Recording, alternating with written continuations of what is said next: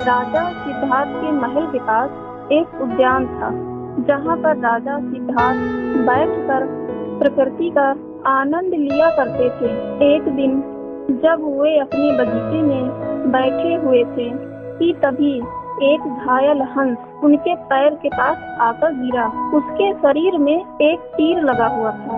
उसे देखने से प्रतीत हो रहा था कि किसी शिकारी ने उसका शिकार किया है। हंस को तकलीफ में देखकर और उसे यूं ही फड़फड़ाता देखकर राजा सिद्धार्थ का दिल पिघल गया और उन्होंने उस हंस की सहायता करनी चाहिए। उन्होंने सबसे पहले उस हंस के शरीर से वह तीर निकाला और घायल जगह पर मलहम लगाकर उसकी पट्टी की। यह सब कर लेने के बाद देवदत्त कुछ खोजता हुआ सिद्धार्थ के पास आया। देवदत्त जैसे ही सिद्धार्थ के पास पहुंचा, उसने कहा, अच्छा तो यह तुम्हारे पास है, लाओ इसे मुझे दे दो। इसका शिकार मैंने किया है। इसका शिकार करने में मुझे बहुत मेहनत करनी पड़ी थी। इस पर मेरा अधिकार है।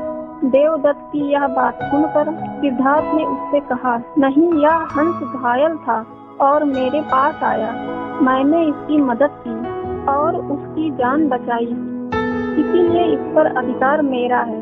दोनों भाइयों के बीच उस हंस के अधिकार को लेकर बहस होने लगी। अब वे जानना चाहते थे कि उस हंस पर किसका अधिकार ज्यादा है।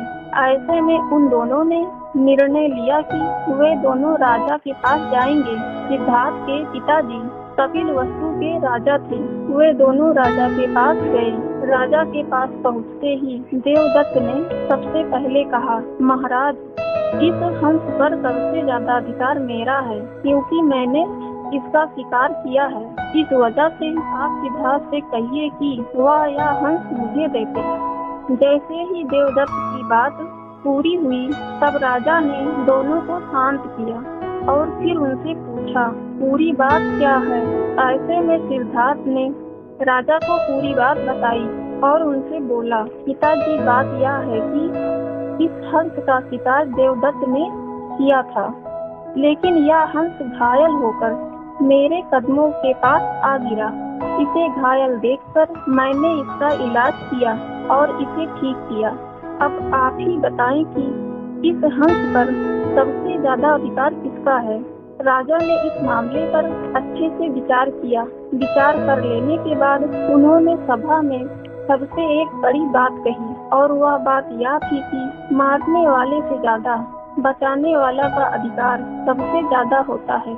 इसीलिए इस हंस पर सबसे बड़ा अधिकार सिर्फ और सिर्फ सिद्धार्थ का है, क्योंकि उसने उस हंस को मारा नहीं, बल्कि उसे घायल देखकर उसका इलाज किया और उसकी जान बचाई। राजा के ऐसा कह लेने के बाद देवदत्त को बात अच्छे से समझ आ गई। वह भी जान चुका था कि मारने वाले से ज्यादा बचाने वाले का अधिकार सबसे ज्यादा होता है।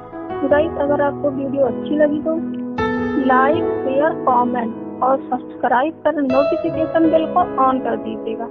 Thanks for watching.